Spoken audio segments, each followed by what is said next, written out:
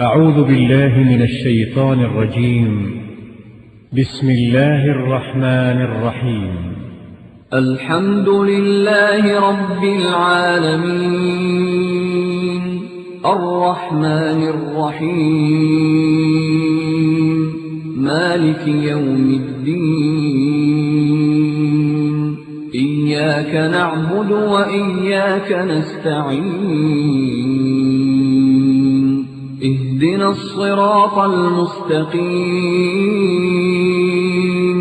صراط الذين أنعمت عليهم غير المغضوب عليهم ولا الضالين.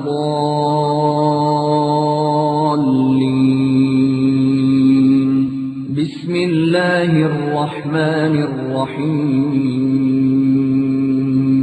ألف لام ميم. ذلك الكتاب لا ريب فيه هدى للمتقين الذين يؤمنون بالغيب ويقيمون الصلاة ومما رزقناهم ينفقون.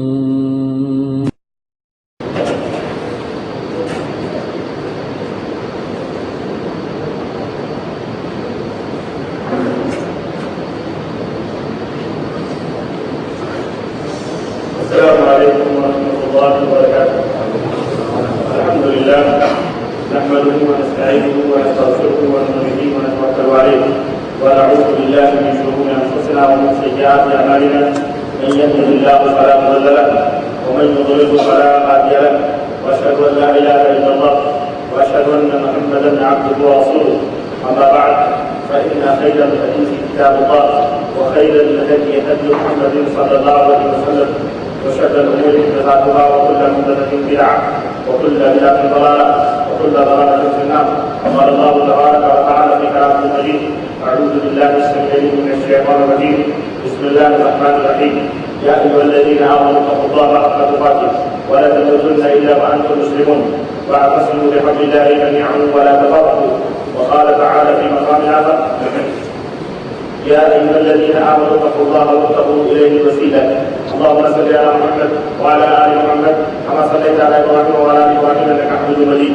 اللهم بارك على محمد وعلى آل محمد كما باركت على إبراهيم وعلى آل إبراهيم إنك حميد مجيد.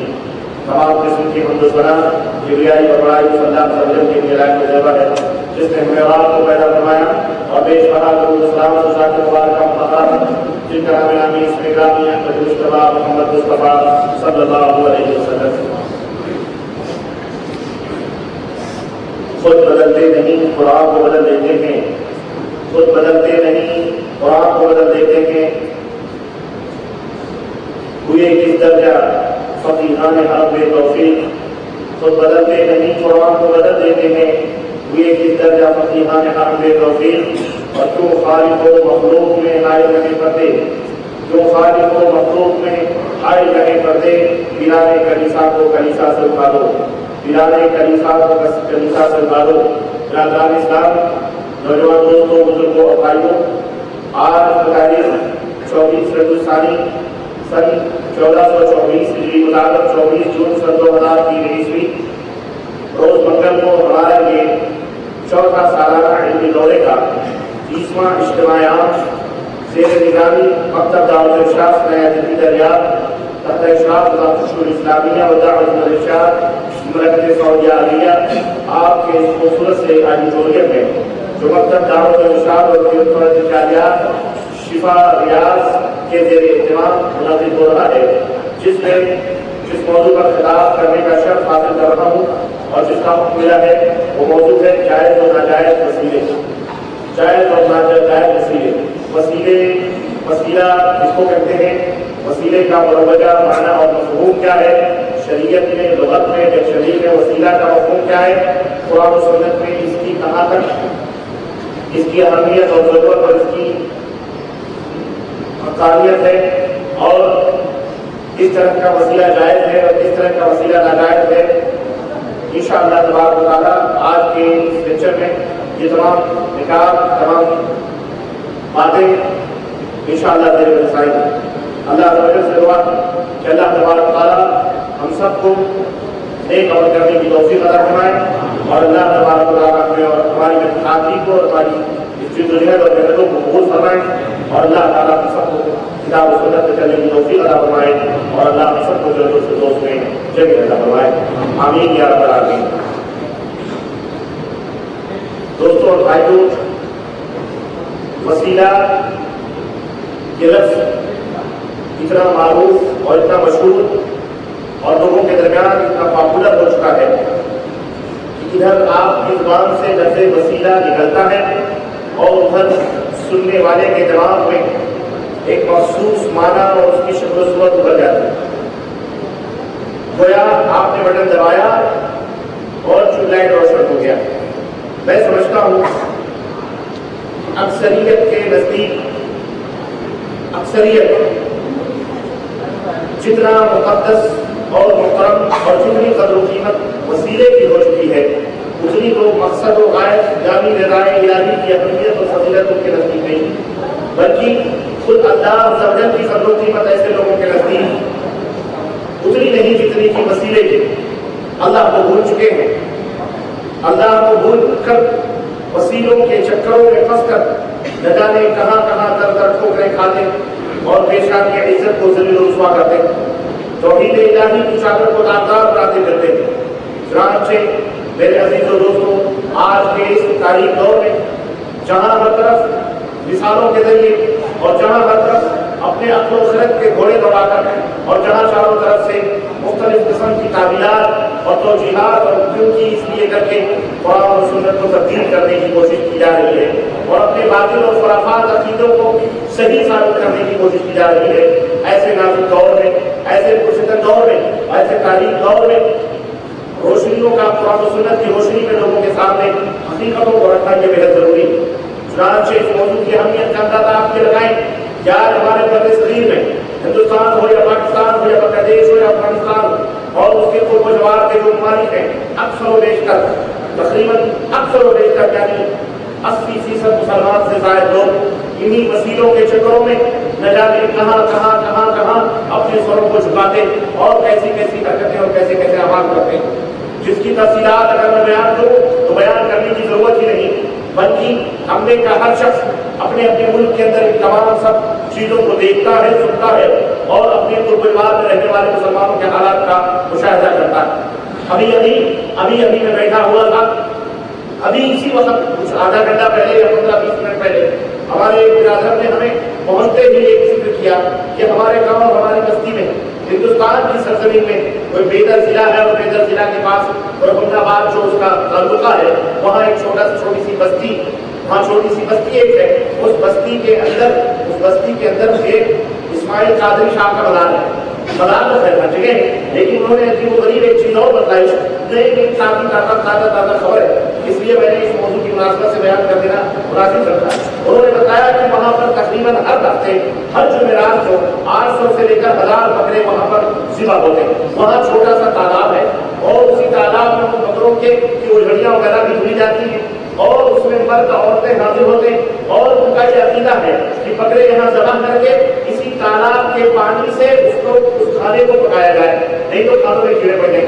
یہاں تک کہ جناب عالی اسی میں نہاتے بھی ہیں، اسی میں دھوتے بھی ہیں، اسی میں بکروں کی گندگیاں بھی صاف کرتے ہیں اور اسی تالاب سے کھانا بھی پکاتے ہیں اور یہ عقیدہ رکھتے ہیں کہ اگر تالاب سے پانی سے کھانا نہ پکایا گیا تو کھانوں میں کیڑے پڑ جائیں گے۔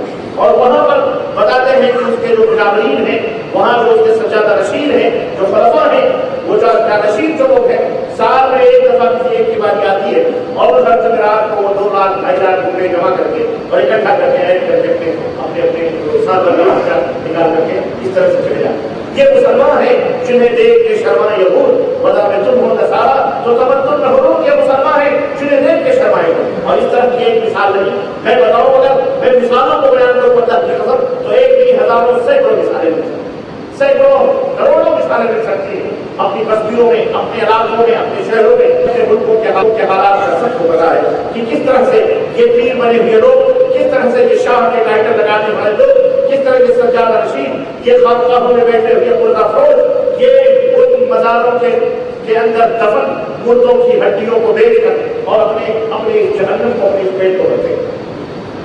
اور افسوس اس بات کا ہے کہ باقاعدہ اسلامی مملکتیں حکومتیں اس کی سرپرستی بھی کرتی اوقاف میں، اور باقاعدہ اسلامی حکومتیں ہو یا غیر اسلامی حکومتیں سرپرستی بھی کرتی ہیں، ان کے تالے لگتے ہیں قبروں پر، مزاروں پر جن کو وسیلے بنائے جاتے ہیں۔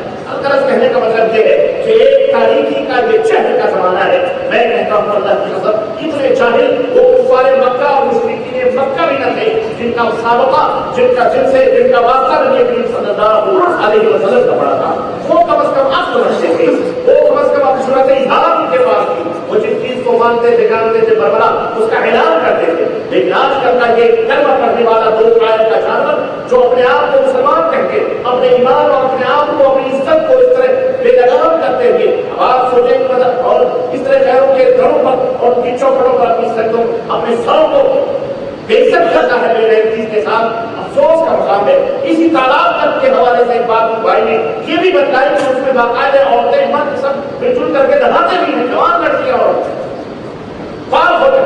کیا فرق رہا بنارس کے اس یاترا کے اور بنارس کے اس گھاٹ کا اور اس طرح کے تالاب اور اس طرح کے حوض اور اس طرح کے پانیوں کے نہانے اور پویترتا حاصل کرنے اور گناہ کو پاک صاف کرنے کے درمیان ان کے درمیان کیا فرق؟ اب آپ بتائیں کہ ایسے حالات سن کر اور دیکھ کر اپنی آنکھوں سے خون کے آنسو آنکھوں سے نکلتے ہیں۔ اور ایسے بھی حالات امت کے سامنے چھوڑ کر کے نہ بیان کیے جائیں، انہیں واضح طور پر نہ بیان کیے جائیں، جو اشارے کرائیں کہ لوگ نہ سمجھنے سے قاصر رہے۔ اشارے کرائیں کی زبانیں آج کل کے لوگ نہیں سمجھتے، آج کل کے لوگ کھلا ہر چیز سننا چاہتے ہیں، کھلا دیکھنا چاہتے ہیں۔ میرے بھائیوں، میرے عزیزوں، آج کے اس ماحول میں اس لیے امت مسلمہ کے سامنے ان حقیقتوں کو بیان کرنا بے حد ضروری ہے۔ اے لوگوں سنو، تمہارے نبی کا دین کیا ہے، تمہارے نبی کا فرمان کیا ہے، تمہارا نبی جو دین لے کر کے آیا وہ کون سا دین تھا اور اس کی حقیقتیں کیا ہے، اللہ اس کے رسول کے فرمودات کیا۔ میں اسی لیے حاضر ہوا ہوں تاکہ یہ تمام سب چیزیں آپ کی خدمتوں میں کھول کر کے رکھوں۔ میرے عزیزوں، قبل اس کے کہ میں وسیلے کا صحیح معنی اور مفہوم آپ کے ذہن میں بٹھاؤں اور وسیلے کا صحیح معنی اور مطلب آپ کے سامنے میں عرض کروں، میں مناسب یہ سمجھتا ہوں کہ موجودہ دور میں وسیلہ حاصل کرنے والے یا وسیلہ پکڑنے والے یا وسیلے کے ذریعے سے دعاؤں کو پارسل کروانے والے یا وسیلے کے نام پر اللہ کے سوا معبودہ نے باطلہ کی پرستش پوجا اور کرنے والے، ان کے نزدیک وسیلے کا مفہوم اور معنی کیا ہے، میں یہ سمجھتا ہوں کہ اسے پہلے آپ کے سامنے رکھوں، پھر اس کا صحیح معنی اور مطلب قرآن و سنت کی روشنی میں کیا ہے وہ بیان کروں۔ بات سمجھ آ رہی ہے؟ سب سے پہلے وسیلے مروجہ کا معنی اور مفہوم اور اس کا مطلب کیا ہے۔ یار لوگ جو وسیلہ پکڑتے ہیں ان کے نزدیک اس وسیلے کا کیا، اس کی حقیقت کیا ہے، اس کی قدرت کیا ہے، تاکہ یہ باتیں سامنے رکھ کر کے ان سے بھی کلیئر کروا دی جائیں کہ بتلاؤ آج کل یہی معنی لیا جا رہا ہے یا نہیں لیا جا رہا ہے، اور دوستوں نے یہی معنی نکالا ہے کہ نہیں نکالا ہے۔ چنانچہ ہمارے دوستوں کے یہاں وسیلے کا مفہوم اور اس کا معنی اور مطلب کیا ہے، ان کا معنی اور مطلب یہ ہے کہ اہل قبور کے ذریعے سے مزاروں میں جو مرے ہوئے لوگ ہیں، اہل قبر جو ہیں، قبر والوں کے ذریعے سے اللہ تبارک و تعالیٰ کا قرب حاصل کیا جائے، قبر والوں کے ذریعے سے اللہ تبارک و تعالیٰ کی نزدیکی حاصل کی جائے، اللہ کے محبوب بندے بنے جائے، کیا اللہ تبارک و تعالیٰ سے ان کے ذریعے سے اپنی سفارشات کروا کر اپنے مقاصد کو حاصل کیا جائے۔ یوں ہی سمجھ لیں دنیا میں جو نقصانات ہیں ان سے بچا جائے اور جو فائدے ہیں ان کو حاصل کیا جائے، مختصر ہی۔ اور اسی طرح ان اہل قبر کی، اہل قبور کی وساطت اور ان کی سفارش سے دعائیں مانگی جائیں، ان کے تعلق سے دعائیں مانگی جائیں۔ یہی وجہ ہے کہ یہ لوگ خانقاہوں اور مزاروں میں حاضری دیتے ہیں اور قبروں کی تعمیروں، قبروں اور گنبدوں کا احترام بجا لاتے ہیں، وہاں جمعراتیں بسر کرتے ہیں، ہر جمعرات کو وہاں میلے لگتے ہیں، مجاوری کرتے ہیں، چلے کاٹتے ہیں، انہیں بوسہ دیتے ہیں، وہاں مراقبے کرتے ہیں، آنکھیں بند کر کے اور ان سے فیض حاصل کرنے کی عقیدے رکھتے ہیں، اپنی آنکھوں کو ان سے ٹھنڈک پہنچاتے ہیں، ان سے چمٹتے ہیں، اپنی پیشانیاں چوکھڑوں پر رگڑتے ہیں، چھاتیاں، سینے، پیٹ ان سب مزاروں سے چھپاتے اور چمٹاتے ہیں ان کے گرد طواف بھی کرتے ہیں، پاس بیٹھ کر قرآن کی تلاوتیں بھی کرتے ہیں، اکثر اوقات انہیں رکوع اور سجدوں سے بھی نوازا کرتے ہیں، رکوع اور سجدوں سے بھی نوازا کرتے ہیں، اور بڑی رقت اور بڑے خشوع اور خضوع سے وہاں گڑ گڑا کر دعائیں مانگتے ہیں، نظریں، نیازیں، منتیں، مرادیں مانگتے ہیں، چڑھاتے ہیں، کبھی پلاؤ اور زردے کی اور متدن کی دیگیں چڑھتی ہیں، تو کبھی شیرین اور مٹھائیوں کی تھالیاں، اور کبھی سالم بکرے، اور کبھی ہٹے کٹے مسٹنڈوں، یا اوقاف کی آمدنی میں اضافہ کرنے کے لیے نقد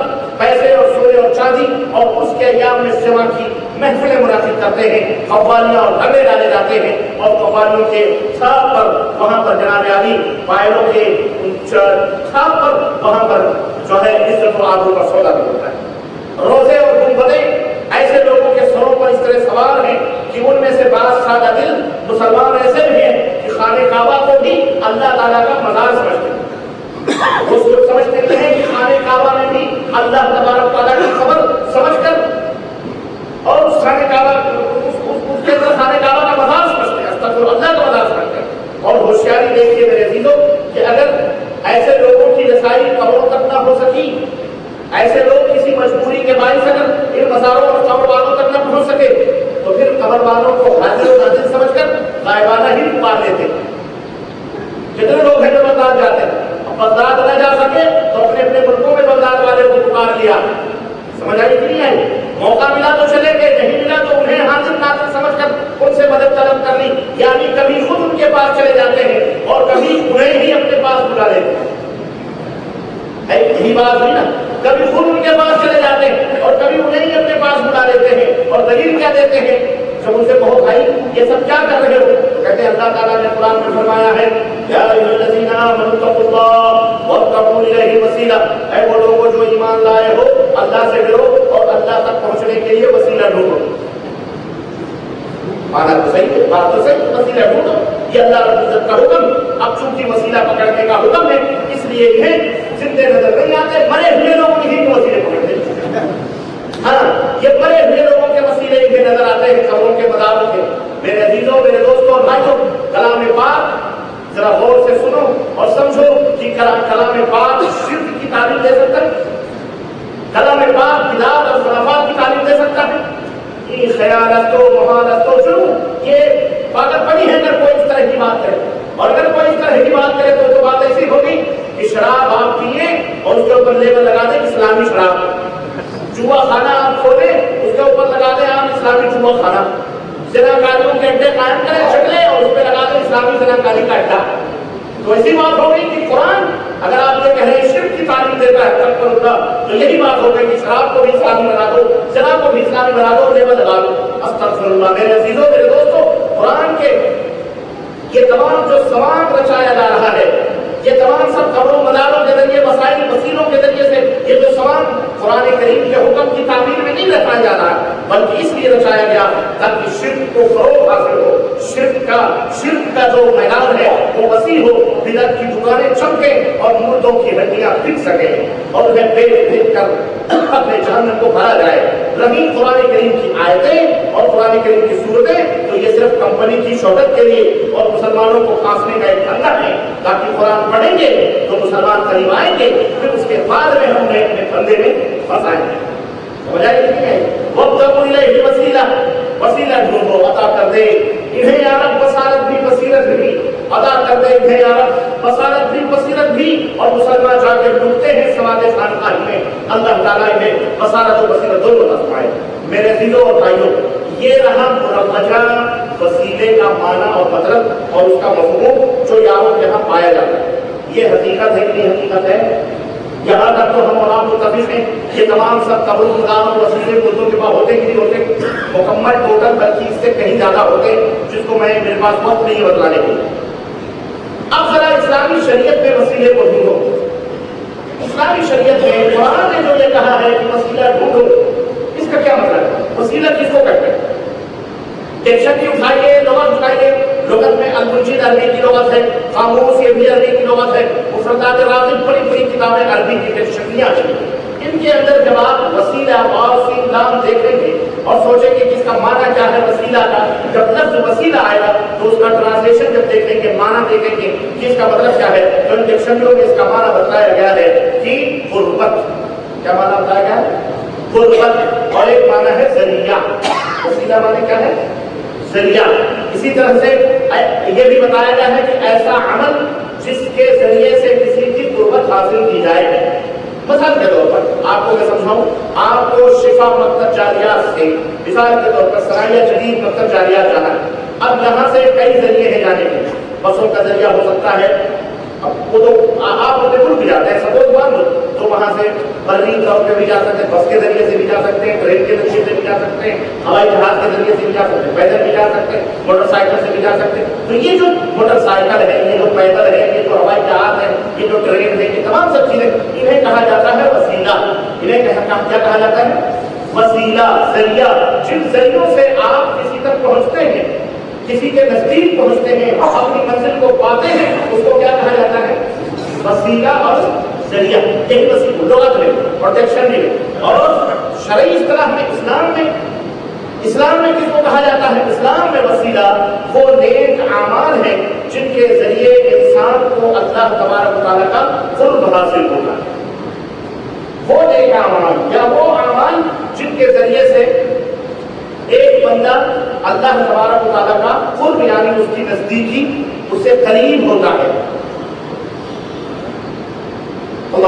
یہ تفسیر یہ بات کس نے کہی؟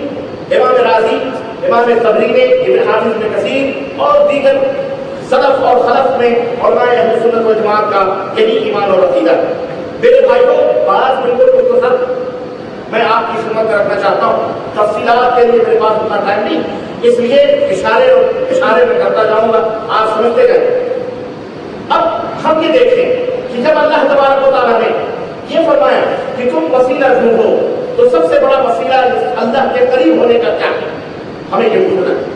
آئیے میں آپ کو بتاؤں, اللہ سے قریب ہونے کا سب سے بہترین اور سب سے عظیم الشان اور سب سے بہترین اور صاف اور ستھرا وسیلہ انسان کا اللہ تبارک و تعالیٰ کے اوپر ایمان لانا. سب سے بڑا وسیلہ ہے. ایک آدمی ایمان نہ لائے, نماز پڑھے. مثال کے طور پر میں آپ کو بتاؤں, ہمارے یہاں ہندوستان کے لوگ بیٹھے ہیں, وہ لوگ ہندوستان مثلا واجپئی جو وزیر اعظم ہمارے ہندوستان کے, وہ نماز پڑھیں جمعے کی یا پانچوں سب کی نماز, لیکن وہ کلمہ نہ پڑھے, تو آپ بتائیں کہ وہ اللہ سے قریب ہو سکتے ہیں؟ ہو سکتے نہیں ہو سکتے. وہ چاہے مزار کے اوپر پکڑ بنوا لیں, اجمیر جائیں, چاہے وہ مرنا جائیں, چاہے جہاں جائیں, پکڑ بنوا لیں اور جناب یار وہاں چوم چاٹ کر لیں, وہاں پھول پتیاں چڑھا لیں, وہ اللہ سے قریب ہو جائیں. اللہ سے بندہ قریب کب ہوتا ہے؟ جب واجپئی جی یہ کہتے ہیں اشہد ان لا الہ الا اللہ, میں گواہی دیتا ہوں کہ اس سنسار میں اللہ کے سوا کوئی معبود, باقی سارے معبود جھوٹے. یہ سب سے بڑا ذریعہ ہے بندے کا اللہ سے کنیکشن جوڑنے کا. کوئی ضرور جب کنیکشن ہی کٹا ہو تو لاکھ پانی ڈالو, لاکھ بجلیاں سجاؤ, جب کنیکشن ہی لگا ہے تو پھر وہ ٹیوب لائٹ, وہ بجلیاں, وہ آرائشیں, وہ زیبائشیں کوئی کسی کام کی ہو سکتی؟ کچھ.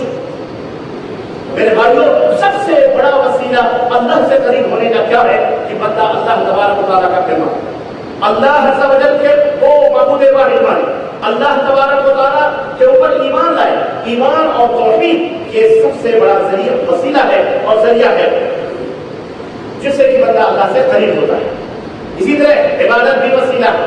اسی طرح عبادت, نماز, روزے, حج, زکات, یہ سب کیا ہیں؟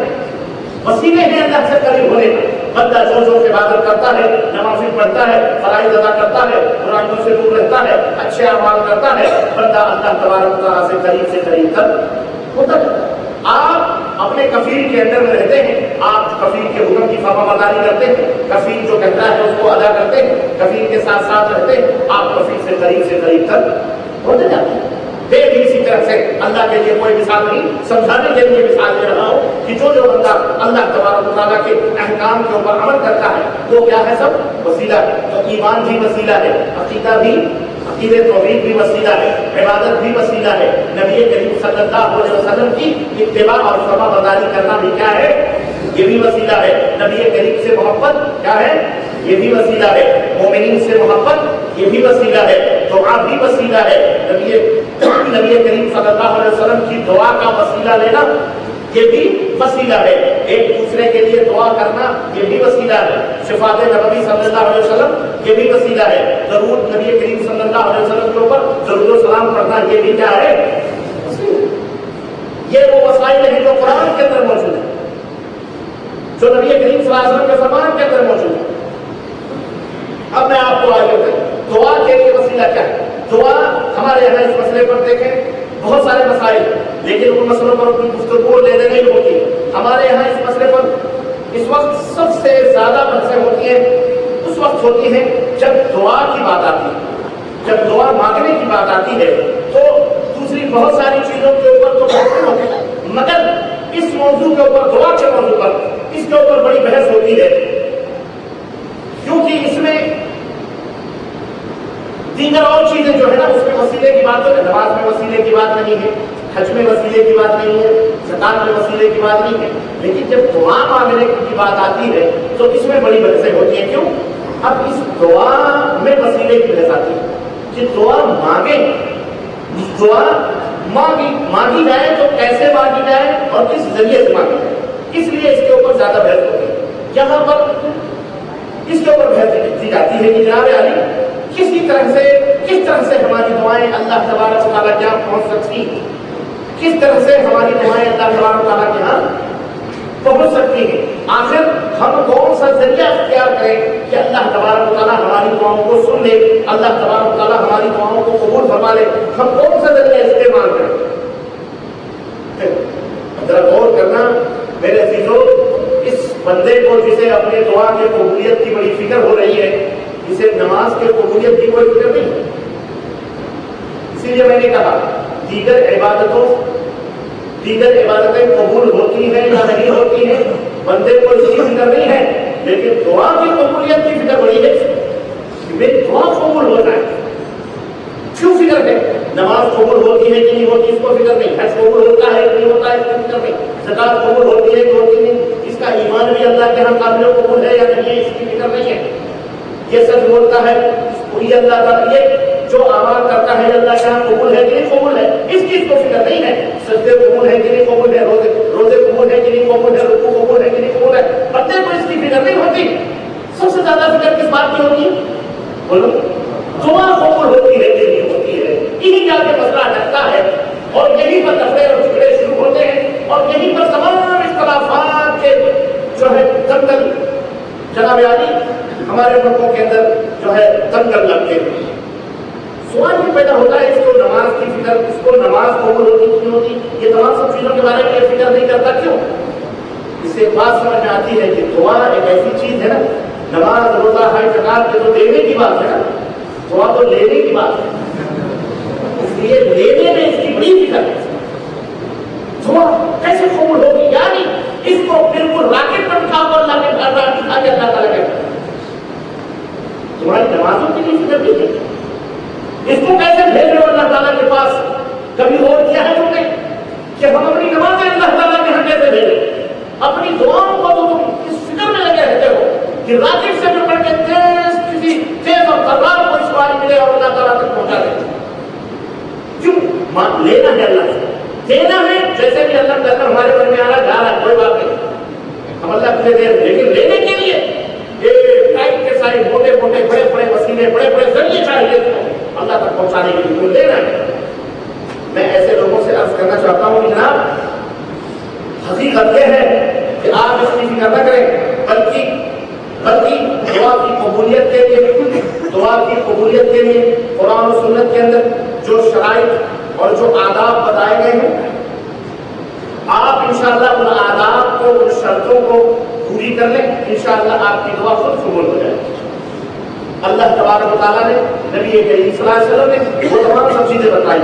آئیے میں آپ کو دعا کی قبولیت کے اس کے آداب اور اس کی کچھ شرطیں آپ کو بتا دوں تاکہ یہ مسئلہ بھی آپ کے ذہن سے نکل جائے کہ جناب عالی انہوں نے بتایا تو وسیلہ لیکن طریقہ نہیں بتایا. آؤ میں ذرا طریقے آپ کو بتا دوں, پھر میں آگے بڑھتا ہوں. نمبر 1, کوئی بھی دعا جو اللہ تعالیٰ سے مانگنی ہے اس کی سب سے پہلی شرط یہ ہے اور اس کا سب سے پہلا ادب یہ ہے کہ تمہارے دل کے اندر عزم اور مستقل ہو جائے. جس چیز کو مانگ رہے ہو وہ پختہ ہو، مکمل مصمم ارادہ۔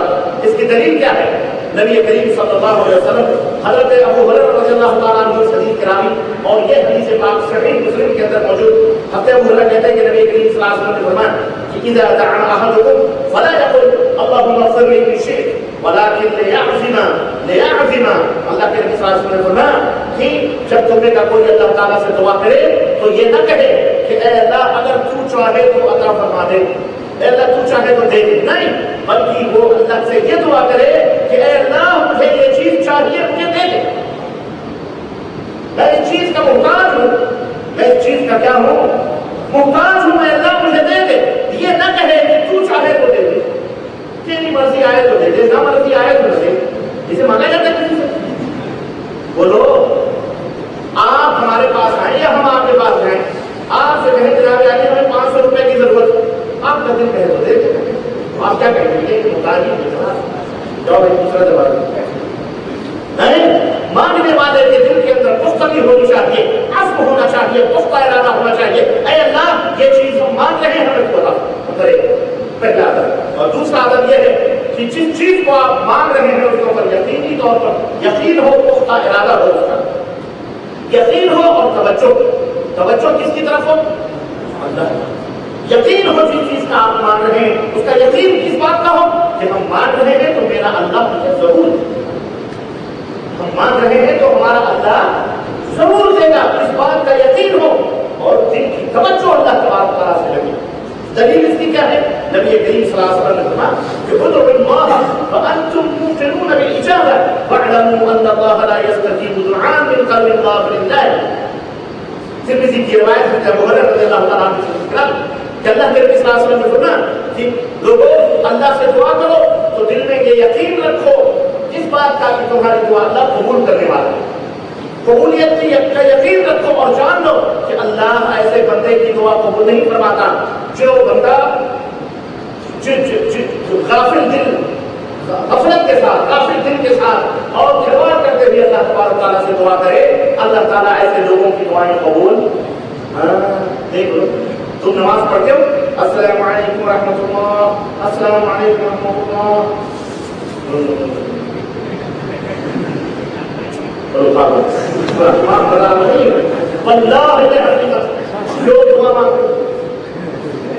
پر نیچے لگانے کہاں دیکھتے، والوں کو دیکھتے، والوں کو دیکھتے، تراوی میں دیکھو اور دیگر دھرم میں دیکھو، کہاں مہر کھڑے ہوئے ہیں، کھڑے ہوئے ہیں باب رحمت پر، کھڑے ہوئے ہیں مقام ابراہیم پر، کھڑے ہوئے ہیں خانے، اور نگاہیں چاروں طرف نہ جانے کس کس کو ڈھونڈ رہی ہیں اور کہاں ڈھونڈ رہی ہیں، تمہاری توجہ کرو اور پھر کہتے ہو کہ اللہ تعالی دعا نہیں قبول کرتا ہے۔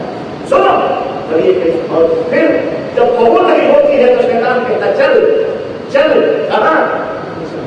دریا کے پار چلے، چلو وہیں جہاں ہم تم پہلے ملے تھے، وہیں درگاہوں پر نظار، ہمارے اڈوں پہ آؤ، ہمارے اڈوں پہ آؤ۔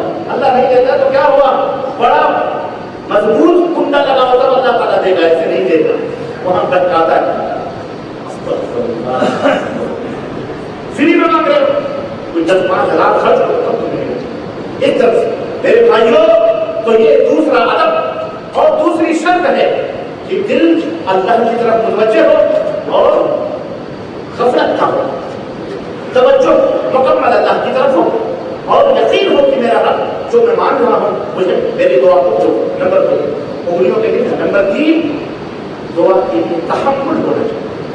تحمل اللہ کے رسول صلی اللہ علیہ وسلم، یعنی تحمل مطلب چند باتیں نہیں کرنی چاہیے، بس آج ہم نے مانگی کل مل جائے، 2 دن مانگی مل جائے، 3 دن مانگی ابھی تک ملی چھوڑ دینا نہیں۔ تحمل یعنی جلد بازی نہ ہو، برداشت ہو آپ کے اندر۔ اللہ کے رسول صلی اللہ علیہ وسلم دیکھو مدنی تاجدار نے کتنی پیاری پیاری باتیں اپنی امت کو بتاتے گئے، جب یہ تم نہیں پڑھو گے، جب نہیں سنو گے، تمہیں تو آسان نسخہ چاہیے بنا بنایا ہے نا، بنا بنایا چاہیے، حکیم مرزا کا مربع خلاص، جوانی لوٹ آئے خلاص، کون محنت کرے، کون ورزش کرے، کون بنے بنائے نسخے ملے خلاص زندگی۔ میرے بھائی کو سنو، نبی کریم صلی اللہ علیہ وسلم نے جس نبی کا تم کلمہ پڑھتے ہو رب ذوالجلال کی قسم نے، میرے بھائیوں نبی کی امت کے لوگوں، نبی کے ماننے والوں، اس نے ایک ایک بات تمہیں بتائی اللہ جو تمہیں اللہ سے ملانے والے. اس نبی نے سب بتلایا. سنو صحیح مسلم کی روایت ابو ہریرہ رضی اللہ تعالیٰ عنہ کی حدیث کے بعد اللہ کے نبی فرماتے ہیں یستجاب للعبد ما لم يدع باسم او خطیئۃ رحم ما لم يستعجل. بندے کی ہر دعا اللہ قبول فرماتا ہے سوائے دو چیزوں کے. شرط یہ ہے کہ اس میں جلد بازی نہ کرے. جلد بازی نہ کرے. نمبر ایک کسی گناہ کے کرنے کی دعا مانگے یا کسی رحم کو رشتے کو کاٹنے کی دعا مانگے تو اللہ ان دونوں دعاؤں کو قبول نہیں فرماتا ہے. اے اللہ میرے بھائی کی جدائی کر دے, اللہ ایسی دعا قبول. اے اللہ مجھے شراب کی بوتل دے دے,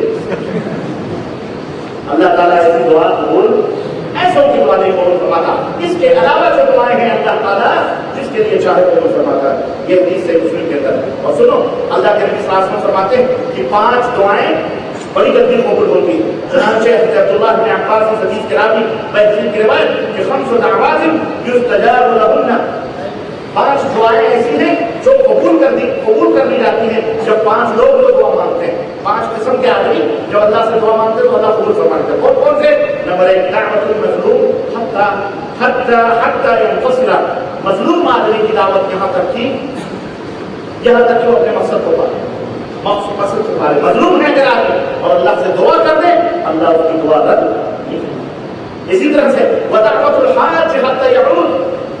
حاجی کی دعا جب تک کہ وہ لوٹ کر نہ آئے, جب تک وہ لوٹ کر کے نہ جائے اللہ کے رسول صلی اللہ علیہ وسلم فرماتے ہیں اللہ اس کی دعا قبول فرماتا ہے. ودعوت المجاہد حتی یخرج. مجاہد کی دعا جو فی سبیل اللہ کی راہ میں جہاد کے لیے نکلا ہے اللہ سے دعا کرتا ہے اللہ اس کی دعائیں قبول فرماتا ہے. ودعوت المریض حتی یبرأ.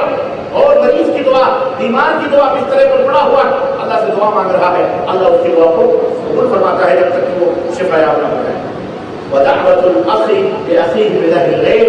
اپنے بھائی کے لیے دعا کرنا اس کے پیٹھ پیچھے آپ اپنے دوست کے لیے, اپنے بھائی کے لیے, اپنے کسی کے لیے اللہ سے دعا کریں تو اللہ تبارک و تعالیٰ اس دعا کو بھی قبول فرماتا ہے. اور ایک روایت میں یہاں تک آتا ہے کہ اس کے سرحانے اس کے پاس اللہ تعالیٰ اس کے بغل میں فرشتوں کو کھڑا کر دیتا ہے جب وہ اپنے بھائی کے لیے دعا کرتا ہے جو اس کی نظروں سے غائب ہے, دوسری جگہ لیکن اس کے بھلائی کے لیے, اس کے خیر کے لیے دعا کرتا ہے تو وہ فرشتے کہتے ہیں اے اللہ یہ اپنے بھائی کے لیے دعا کر رہا ہے, اسے بھی ویسے ہی عطا فرما جیسے یہ اپنے بھائی کے لیے دوسرے مانگتا ہے.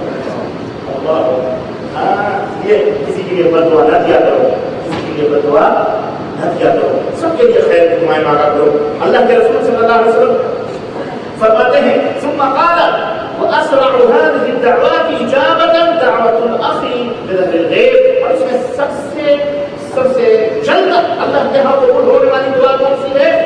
جو بھائی اپنے بھائی کے لیے اس کی غیر حاضری میں دعا مانگے وہ دعا سب سے زیادہ اللہ تعالیٰ جلدی قبول فرماتا ہے. تو اس حدیث پاک سے بھی ہمیں پتا چلا کہ دعاؤں یہ 5 آدمی ایسے لوگ ہیں جن کی دعائیں اللہ تعالیٰ قبول فرماتا ہے. اور 4 دعاؤں کا ذکر اور بھی ہے زندگی کے اندر. یہ روزہ دار افطاری کے وقت جب دعا کرتا ہے تو اللہ اس کی دعا قبول کرتا ہے. امام عادل عدل و انصاف کرنے والا بادشاہ اس کی بھی دعا اللہ قبول فرماتا ہے. والد یعنی باپ کی دعا بھی جلد سے جلد اللہ تبارک تعالیٰ قبول فرماتا ہے. اور اسی طرح سے مسافر اس کی دعا بھی اللہ تبارک تعالیٰ جلد سے جلد قبول فرماتا ہے. اسی طرح سے دعا کے آداب میں سے اور اس کے شرطوں میں سے شرط یہ بھی ہے, میری طرف توجہ دیں آپ. دعا کے آداب اور اس کے شرطوں میں سے شرط یہ بھی ہے کہ آپ کا کھانا, آپ کا پہننا حلال ہو, اس میں حرام کی ملاوٹ نہ ہو.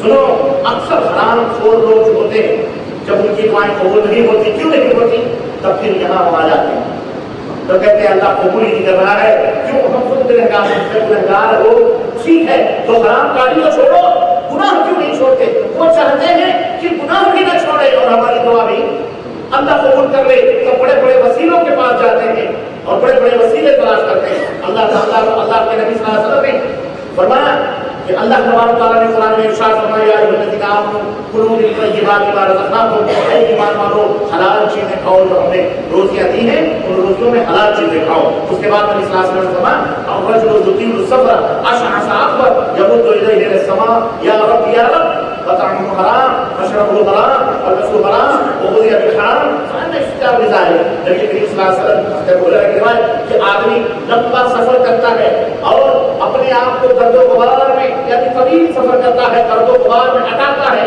اور پھر آسمان کی طرف ہاتھ اٹھاتا ہے مسکین بن کر کے، اللہ میری دعا قبول فرما لے۔ اللہ کے نبی فرماتے ہیں اس کا کھانا بھی حرام کا، اس کا پینا بھی حرام کا، اس کا کپڑا بھی حرام کا، وہ جو غذا دی ہے اس کا سواری بھی حرام کی، اب بتاؤ پھر اس کی دعا کہاں سے قبول ہوگی؟ تو یاد رکھو اگر تمہاری دعائیں نہیں قبول ہوتی ہیں اے امت مسلمہ کے لوگوں،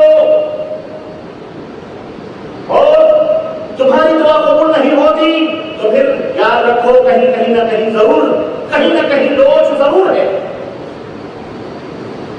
کہیں نہ کہیں کمی ضرور ہے۔ اس لیے اللہ سے ڈرو۔ یہ حدیث صحیح مسلم کے اندر حضرت عمر رضی اللہ تعالیٰ عنہ نے روایت کی ہے۔ اور ایک اور شرط ہے، اور دعا کے شرطوں میں سے ایک شرط یہ ہے کہ صبر کو کیا ہو، صبر کرو۔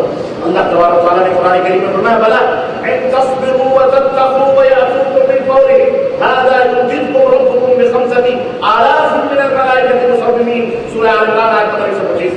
کہ تم صبر کرو گے، اللہ فرماتا ہے کیوں نہیں، اگر تم صبر کرو پرہیزگار بنو تو اللہ تمہارے لیے آسمان سے 5,000 فرشتوں کی مدد بھیج رہا ہے۔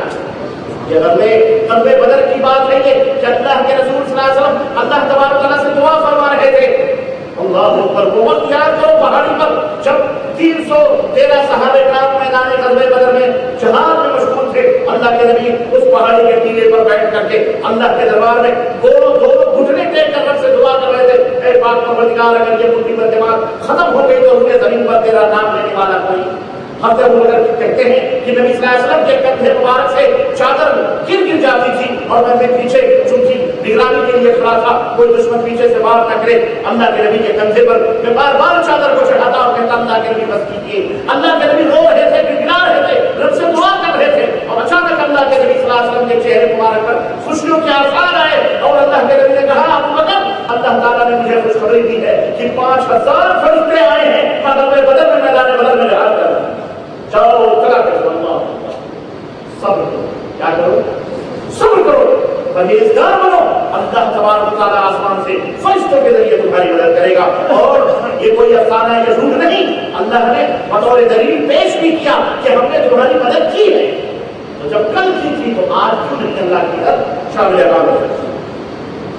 اور اسی طرح سے جب کوئی مصیبت آئے جو پریشانی آئے، نماز اس کے شرطوں میں سے کیا ہے، نماز پڑھو، نماز تمہیں معلوم حضرت ابراہیم علیہ السلام کی پہلی بیٹی کا نام کیا تھا، بولو، سارا تھا، حضرت سارا تھا، صحیح بات، میں سمجھا کوئی کہے ہاجرہ۔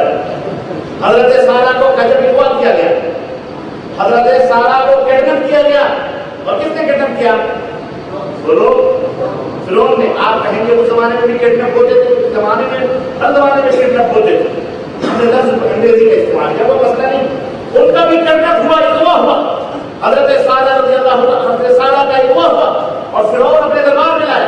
ادھر حضرت سارا فرعون کے گھر میں گئی اور حضرت ابراہیم علیہ السلام سمجھ گئے کہ نتیجہ برا ہی برا ہو سکتا ہے، فوراً رب کی بارگاہ میں اللہ اکبر، رب کی بارگاہ میں کھڑے ہو گئے نماز پڑھنے کے لیے، اور اس وقت تک اللہ تبارک و تعالیٰ کے دربار میں نمازیں پڑھتے رہے جب تک کہ بخوشی حضرت سارا بحفاظت، باعزت اور باعزت حضرت ابراہیم علیہ السلام کے پاس واپس۔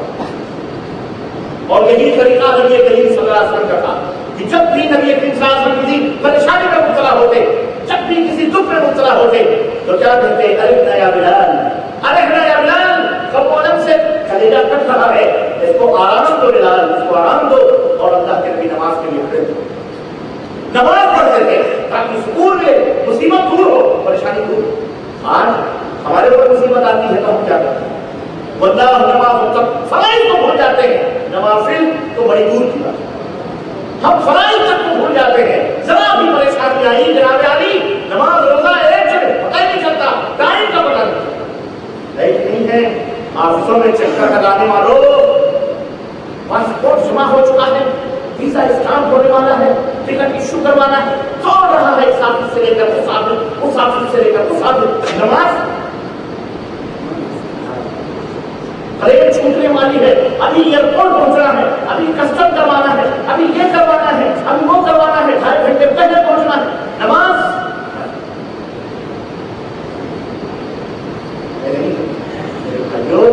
سنو، یہ ہمارا طریقہ نہیں ہے مسلمانوں کا. اللہ کے نبی صلی اللہ علیہ وسلم کے اوپر مصیبت آ گئی. نبیوں کا طریقہ امام الانبیاء امام حضرت ابراہیم علیہ السلام، حضرت ابراہیم علیہ السلام بیوی وہاں گئی، اللہ کے دربار میں دعا کے لیے کھڑے رہے، نماز قائم کیا. کیوں؟ جو اللہ جس کو چھڑائے اسے کوئی پکڑ سکتا، اور جس کو اللہ پکڑ لے اسے کوئی چھوڑ سکتا.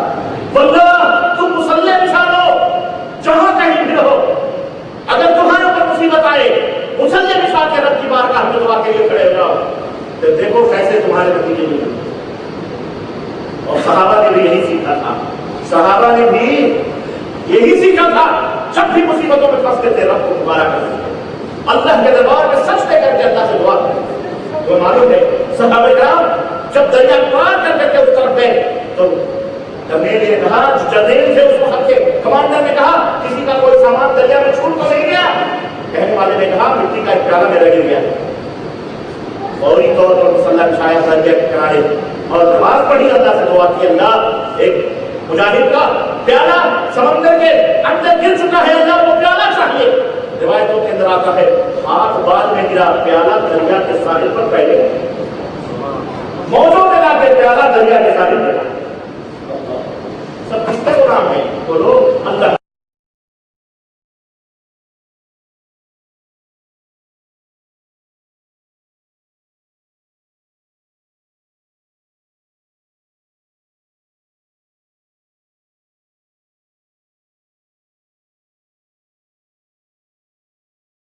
لگانے والوں، پاسپورٹ جمع ہو چکا ہے، ویزا اسٹامپ ہونے والا ہے، ٹکٹ ایشو کروانا ہے، دوڑ رہا ہے اس آفس سے لے کر اس آفس سے لے کر اس آفس. نماز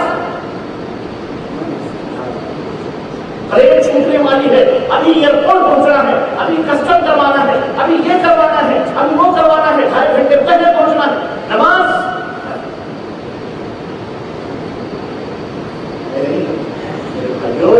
سنو، یہ ہمارا طریقہ نہیں ہے مسلمانوں کا.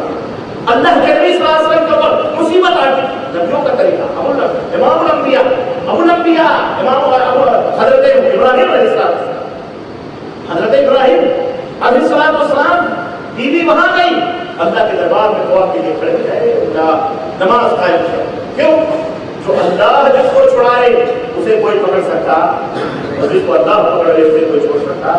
بندہ تم مصلی بچھا لو، جہاں کہیں بھی رہو، اگر تمہارے اوپر مصیبت آئے مصلی بچھا کے رب کی بارگاہ میں دعا کے لیے کھڑے ہو جاؤ، تو دیکھو کیسے تمہارے نتیجے نہیں. اور صحابہ نے بھی یہی سیکھا تھا، صحابہ نے بھی یہی سیکھا تھا. جب بھی مصیبتوں میں پھنستے تھے رب کو پکارا کرتے تھے، اللہ کے دربار میں سجدے کر کے اللہ سے دعا کرتے تھے. تو معلوم ہے صحابہ کرام جب دریا پار کر کے اس طرف گئے تو دمیل نے کہا، جدیل تھے اس وقت کے کمانڈر نے کہا کسی کا کوئی سامان دریا میں چھوٹ تو نہیں گیا؟ کہنے والے نے کہا مٹی کا ایک پیالہ میرا گر گیا. فوری طور پر مصلی بچھایا دریا کے کنارے اور نماز پڑھی، اللہ سے دعا کی، اللہ ایک مجاہد کا پیالہ سمندر کے اندر گر چکا ہے، اللہ وہ پیالہ چاہیے. روایتوں کے اندر آتا ہے ہاتھ بعد میں گرا، پیالہ دریا کے ساحل پر پہلے موجوں میں لا کے پیالہ دریا کے ساحل پر. سب کس کا غلام ہے؟ بولو اللہ کے غلام. تم اللہ کے غلام بنو تو اللہ سے کہو اللہ سب کو تمہارا غلام بنا. وسخر لكم ما في السماوات والارض. اللہ نے بنائے یہ زمین و آسمان تو ہمیں تمہارے لیے مسخر کر کے تمہارے غلام ہیں، تم ہمارے غلام ہو. سمجھ آئی کہ نہیں آئی؟ ہاں تو نماز قائم کرو. نماز مصیبتوں آئے، پریشانیاں آئے، دکھ آئے تو کیا کرو؟ نماز قائم کرو. سرگرم نہ بھاگو. بیٹا نہیں ہو رہا ہے نماز کرو، اللہ سے مانگو. بیمار کس طرح میں بن رہا ہے، ہاتھ میں شفا نہیں پا رہا، نماز پڑھو، اللہ سے پڑھو، اللہ سے ہاتھ پڑھو. تمہیں ڈال کے نا تبدیل کر لی نا، اللہ کوئی نہیں بچا سکتا، اللہ بچا سکتا. ہاں سنو، اسی طرح سے میں کیا بتاؤں میرے عزیزو، اللہ تبارک و تعالیٰ نے قرآن کریم میں ارشاد فرمایا یا ایھا الذین آمنوا استعینوا بالصبر والصلاۃ. اے لوگوں جو ایمان لائے ہو مدد طلب کرو، مدد چاہو، کس کے ذریعے سے؟ صبر کے ذریعے سے اور معروف کے ذریعے سے۔ اللہ صبر کرنے والوں کے ساتھ ہے۔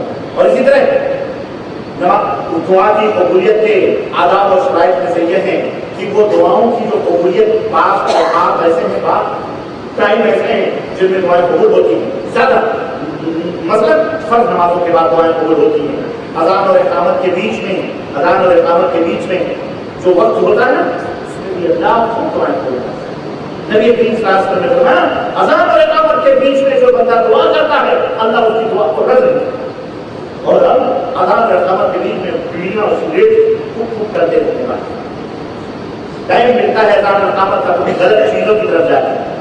اذان ہوتی ہے اس لیے تاکہ مسجد میں جاؤ، ہم کب اور آپ پاس میں رہے تم پریشان ہو، مشکل میں ہو، دکھ میں ہو، اذان ہو گئی کام چھوڑو، جاؤ مسجد کے اندر 2 رکعت نماز پڑھو یا 2 سنتیں ادا کرو، رب کی بارگاہ میں اقامت تک اللہ سے مانگا کرو اور دیکھو اللہ کرے۔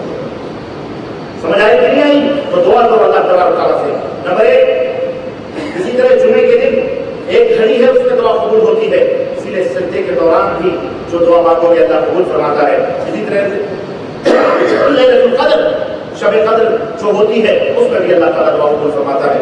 اسی طرح دعاؤں کی قبولیت کے لیے ایک ادب یہ بھی ہے کہ اللہ کی حمد و ثنا بیان کرو۔ کیسے؟ الحمدللہ مثلا دعا کرنا اور پھر درود پڑھو نبی صلی اللہ علیہ وسلم پر، اور پھر جو مانگنا ہے مانگو، اور پھر اخیر میں نبی کے اوپر درود پڑھ کے دعا کو ختم۔ اس طرح سے بھی دعا قبول ہوتی ہے، سمجھ رہے ہیں؟ مثلا آپ کی مثال کے طور پہ آپ کو دعا کرنی ہے اللہ تعالیٰ سے، تو آپ کیا کریں گے؟ پہلے الحمدللہ اعوذ باللہ من الشیطان الرجیم بسم اللہ الرحمن الرحیم الحمدللہ رب العالمین الرحمن الرحیم مالک یوم الدین ایاک نعبد و ایاک نستعین اہدنا الصراط المستقیم صراط الذین انعمت علیہم غیر المغضوب علیہم ولا الضالین۔ پوری سورہ باتیں پڑھ لو، اس میں حمد بھی ہے، تعریف بھی ہے۔ اس کے بعد اللہم صلی علی محمد وعلی آل محمد كما صليت على ابراهيم وعلى ال ابراهيم انك حميد مجيد اللهم بارك على محمد وعلى ال محمد كما باركت على ابراهيم وعلى ال ابراهيم انك حميد مجيد۔ اس کے بعد دعا ربنا آتنا في الدنيا حسنة وفي الآخرة حسنة وقنا عذاب النار۔ پھر آپ کو جو زبان جس زبان میں مانگنا چاہو، اے اللہ مجھے خوبصورت بیوی عطا فرما، اے اللہ مجھے محل عطا فرما، اے اللہ مجھے جنت عطا فرما، اے اللہ مجھے روزی میں میری برکت عطا فرما، میرے اعلیٰ بات برکت عطا فرما، مجھے نیک بنا، مجھے صالح۔ اس کے بعد جب آخر میں پہنچو ہے نا تو اس میں کہو صلی اللہ علیہ وسلم محمد وعلی آلہ وصحبہ اجمعین برحمتک یا ارحم الراحمین۔ خلاص ٹھیک ہے، یہ دعا مانگنی ہے۔ بیچ میں اپنی باتیں رکھو، آگے پیچھے پھولوں سے سجا کر یہ ڈرے اللہ قبول فرمائے گا انشاءاللہ اللہ تعالیٰ قبول فرمائے۔ یہ ادب ہے، یہ طریقہ ہے جو ہمارے نبی نے ہم کو بتایا۔ اور سنو قبولیت دعا کے 3 مراحل ہیں، 3 درجے۔ اگر اللہ کے نبی فرمایا اما ان يعجل له دعوته واما ان يدخرها له في الاخره واما ان يصرف عنه السوء منها قالوا اذا نقصر قال الله اقصر۔ رواه احمد فی مسنده۔ امام احمد نے اپنے مسند میں اس حدیث پاک کو ذکر کیا کہ اللہ کے نبی صلی اللہ علیہ وسلم نے فرمایا جب بھی کوئی مومن اللہ سے دعا مانگتا ہے تو اس کی دعائیں 3 کیٹیگری سے خالی نہیں ہوتی، 3 حالت سے خالی۔ یا تو اللہ جو مانگ رہا ہے اس کی دعا کو قبول فرما کر اسے وہ چیز دے دیتا ہے، جو چیز وہ مانگ رہا ہے یا تو اللہ اسے دے دیتا ہے، اور نمبر 1۔ نمبر 2، یا تو دیتا نہیں ہے بلکہ اس کی اس دعا کو اللہ اپنے پاس لکھ لیتا ہے، اپنے پاس جمع کر لیتا ہے، لکھ لیتا ہے، ٹھیک ہے۔ اور نمبر 3، یا تو اللہ اس کے بدلے میں کسی بڑی آنے والی آفت سے اللہ اسے محفوظ کرے۔ تم مانگ رہے ہو کچھ، تمہارے اوپر کوئی مصیبت آنے والی ہے، اللہ سے تم نے مانگا ہے، اللہ اسی دعا کے بدلے اس مصیبت کو تم سے پھیر دیتا ہے، اور یا تو اسے اپنے پاس جمع کر لیتا ہے۔ ایک اور روایت میں نبی صلی اللہ علیہ وسلم بڑی پیاری سے چھوڑی ہے، سنو کہ اللہ کے رسول صلی اللہ علیہ وسلم نے فرمایا کہ بندہ جب قیامت کے دن اس کے نام اعمال کھولے جائیں گے تو اللہ تبارک اس کو اللہ تعالیٰ کے نبی کیا کیا کتنی نے کیا کام، یا یہ حکم ہوگا کہ اس کو جہنم میں ڈال دو، پر اس کا نام اعمال کم ہے، اس کا نام اعمال جو نیکیاں ہیں کم ہے، برائیاں اس کی زیادہ ہے۔ تو بندہ گھبرایا ہوا، پریشان سا، چہرہ اترا ہوا، کانپتا ہوا، اللہ کیا ہے اب تو جہنم میں جانا ہے. اللہ کہے گا ٹھہر ذرا. چنانچہ اللہ تبارک تعالیٰ ایک چیز اپنے پاس سے نکالے, اور نکال کر کے اس کے نیکیوں کے پلڑے پہ رکھے. اب نیکیوں کا پلڑا نیچے ہو جائے گا اور برائیوں کا پلڑا اس سے کیا ہو جائے گا, اٹھ جائے گا. یعنی کب ہو جائے گا, برائیاں کب نظر آئیں گی, نیکیاں سب. وہ کہے گا اللہ یہ تو میں جہنم میں جانے والا تھا, میرے پاس تو کچھ نہیں تھا. یہ کون سی چیز ہے جو تم نے یہاں رکھی ہے جس کی وجہ سے اس کا وزن غالب ہو گیا ہے؟ نبی کریم صلی اللہ علیہ وسلم فرماتے ہیں کہ اللہ تعالیٰ فرمائے گا میرے بندے دنیا میں تو نے مجھے بہت پکارا, دنیا میں تو نے مجھے بہت پکارا, بڑی دعائیں کی, لیکن بہت ساری دعائیں میں نے تیری قبول نہ کی. میں نے یہ سب جمع کر کے رکھا تھا, یہی وہ دعائیں ہیں جو تیرے کام آ رہی ہیں اور تجھے جنت میں پہنچا ہے. اللہ اللہ دل تو یہ کہتا ہے کہ اللہ دنیا کی کوئی دعا قبول ہی نہ ہو, وہی دعائیں کو بدلے اللہ جنت دے. ایسی ہو صحابہ کرام نے جب یہ بات سنی تو صحابہ کرام نے کہا اذا نبصر یا رسول اللہ, کہنے کہ اللہ کے رسول پھر ہم خوب اللہ سے دعا کریں گے, خوب اللہ سے مانگیں گے. اللہ کے نبی نے فرمایا اللہ اکثر, جتنا مانگو گے اللہ تو بہت زیادہ تمہیں دے والا. سنو سنو, غیروں کے چوکڑوں پہ جا کے کبھی آئی کر کے مانگو, غیروں کے دروازوں پہ جا کے کہو بابا دعا کر دو, تو کیوں نہیں پکارتا تھا؟ دعا وہ کرے گا تو اس کی نیکیوں میں اضافہ ہوگا نا, تمہارا کیا ہوگا؟ بولو. اور ہماری بیوی پڑوسن کو پڑوسی والے کو پکارے تو ہم اسے اپنے گھر میں رکھیں گے؟ بولو. کھلاتا میں, کپڑے دیتا میں, گھر دیا میں, سب کچھ دیا میں, اور اٹھتے بیٹھتے نام کس کا لے رہی ہے؟ پڑوسی والے. آدمی کا یا ملازم کا, بتاؤ ہمیں مسئلہ دیکھتے ہیں. اور اللہ کھلاتا پلاتا, زمین دیا, صحت کی, تندرستی دی, اور تم دادا کی ہزمیری اور اجمیری کو مارا. بھلے وہ اللہ کے دوست ہیں ہوں گے, بھلے میرا پڑوسی میرا نوٹیا یاد ہے ہوگا, لیکن بیوی کو ہم یہ اجازت بولو دیں گے؟ پھر اللہ کیسے اجازت دینے والا ہے جو غیر بندوں سے بڑا غیرت مند ہے؟ بولو سمجھ آئی کہ نہیں آئی؟ سمجھ آؤ. جیسے ایسی غیروں کے بلانے والی عورتوں کو جو تم کہو گے, ایسے اللہ کے سوا غیروں کو پکارنے والوں کو جو چاہو گے تمہاری مرضی. تو اللہ کے رسول صلی اللہ علیہ وسلم فرماتے ہیں تو آدمی کو چاہیے کہ خود اللہ تعالیٰ کو پکارے. آدمی کو چاہیے خود اللہ. کیوں؟ ایک بیٹا جب بابا پیچھے لگا ہے, خوشی نہیں ہوتی؟ کتنی خوشی ہے گھر میں چہل پہل رہے جب پکارتا ہے خود پکار. اللہ نے فرمایا ادعونی استجب لکم, میرے بندے مجھے پکارو, پکار, میں تیری پکار کو فوراً سنوں, فوراً یہ نہیں کہا اب قریب سنوں گا, نہیں, استجب لکم, پکار میں سنوں, تیری دعا قبول کروں گا. ان الذین یستکبرون عن عبادتی سیدخلون جہنم داخرین, اور جو تکبر کر کے مجھے نہیں پکارتے ہیں ہم انہیں جہنم میں. اللہ کیوں نہیں پکارتے ہیں؟ اللہ بہرا ہے. استغفر اللہ. بولو تمہارے مردے رومن مٹی کے نیچے سن لیتے ہیں, اللہ نہیں سنتا؟ بتاؤ اللہ بڑا ہے کہ بڑا؟ بولو. کنویں میں اگر تم پھنسے ہو اور ایک آدمی ٹیلر کے دھاگے لٹکائے اور ایک آدمی موٹا رسہ لٹکائے اور کہے بیٹا پکڑ لے, ایک کہہ رہا ہے یہ پکڑ لے, ایک کہہ رہا ہے یہ پکڑ لے, کو پکڑو موٹا رسہ پکڑو. کیوں؟ جان بچانی. تمہیں ایمان کی جب نہیں, پتلے پتلے رسیاں پکڑو گے تو وہیں لٹکو گے, وہیں پھر ٹوٹے گی, پھر جاؤ گے, پھر مر جاؤ گے. موٹے رسے پکڑو. اللہ سب سے بڑا. اللہ بولو اللہ سے بھی بڑا کوئی ہے؟ اللہ سب سے بڑا ہے. اس لیے اللہ کا رستہ پکڑو, اور اس کے علاوہ سارے کے سارے کمزور ہیں, کیوں رستہ کام نہیں آنے والا. میرے عزیزوں, میرے بھائیوں, ایک تو یہ ہے کہ بندہ خود اللہ تعالیٰ سے دعا کرے, اور دوسرا ایک اور طریقہ, اور وہ طریقہ یہ ہے کہ بندہ کسی نیک اور صالح سے دعا کروائے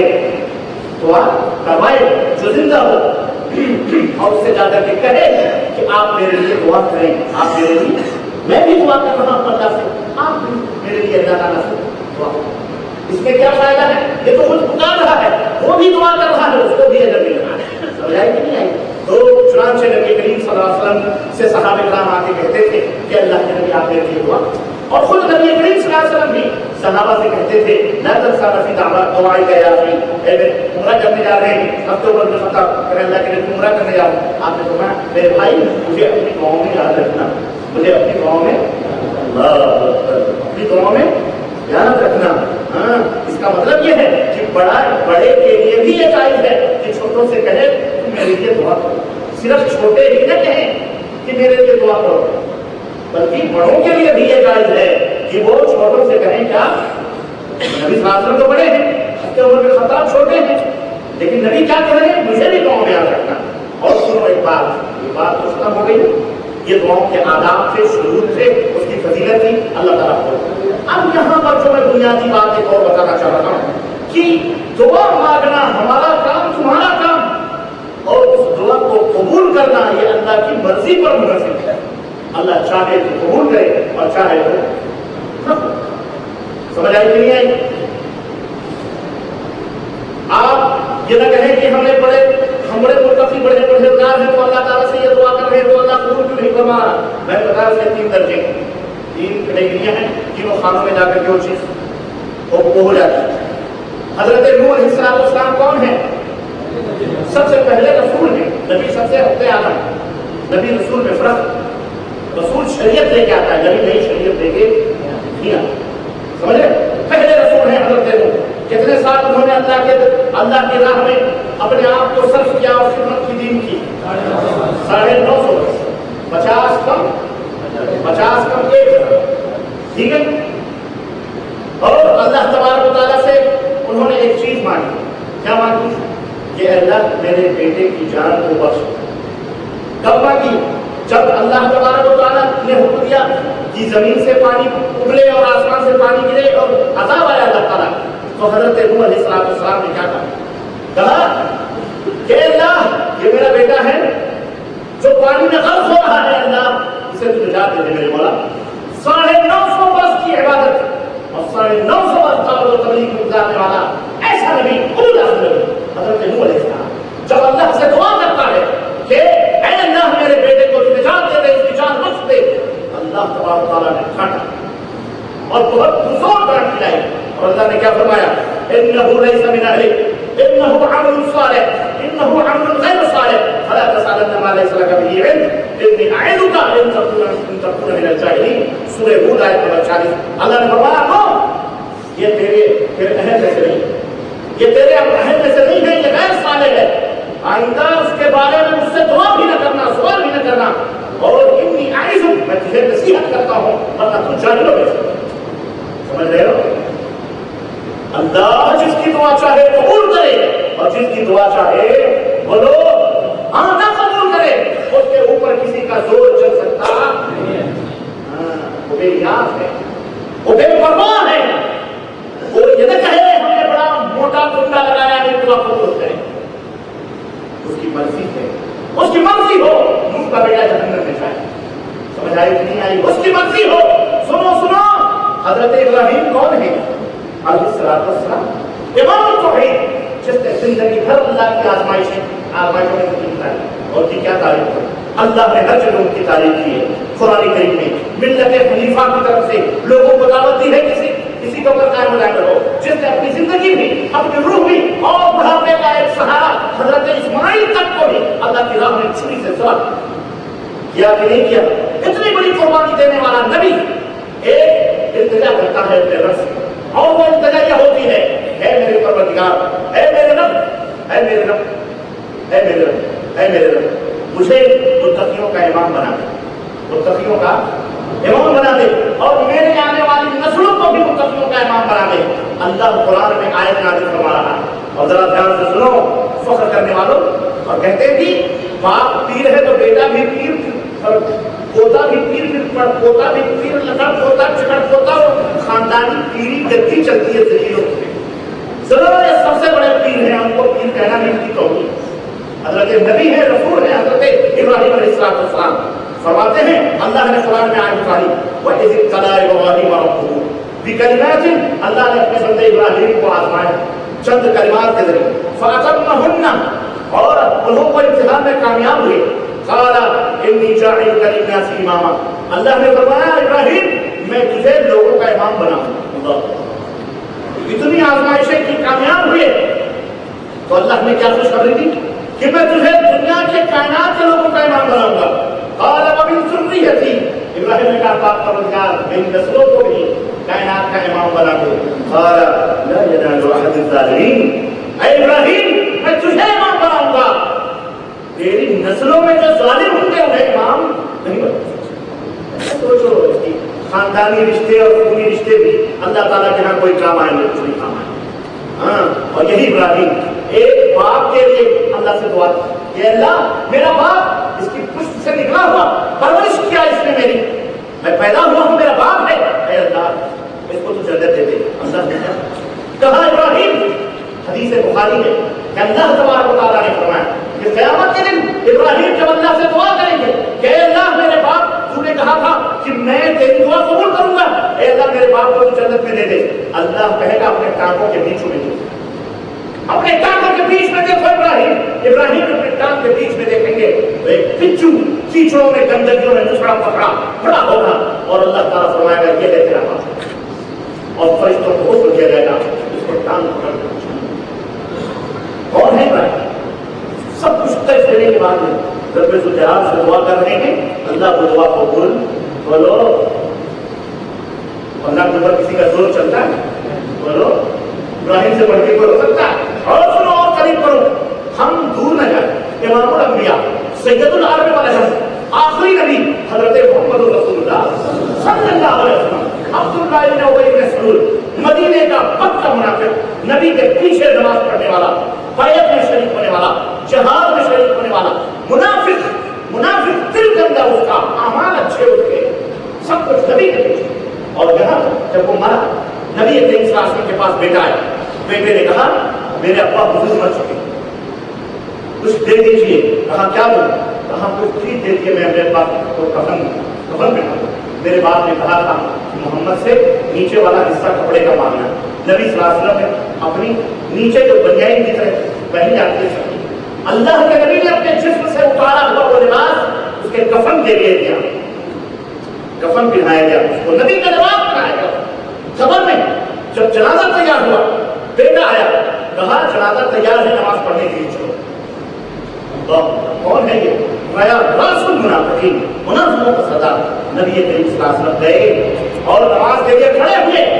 حضرت عمر نے پیچھے سے ہاتھ لا کے نبی یہ مردود منافق، اس کی نماز جنازہ آپ پڑھاؤ گے؟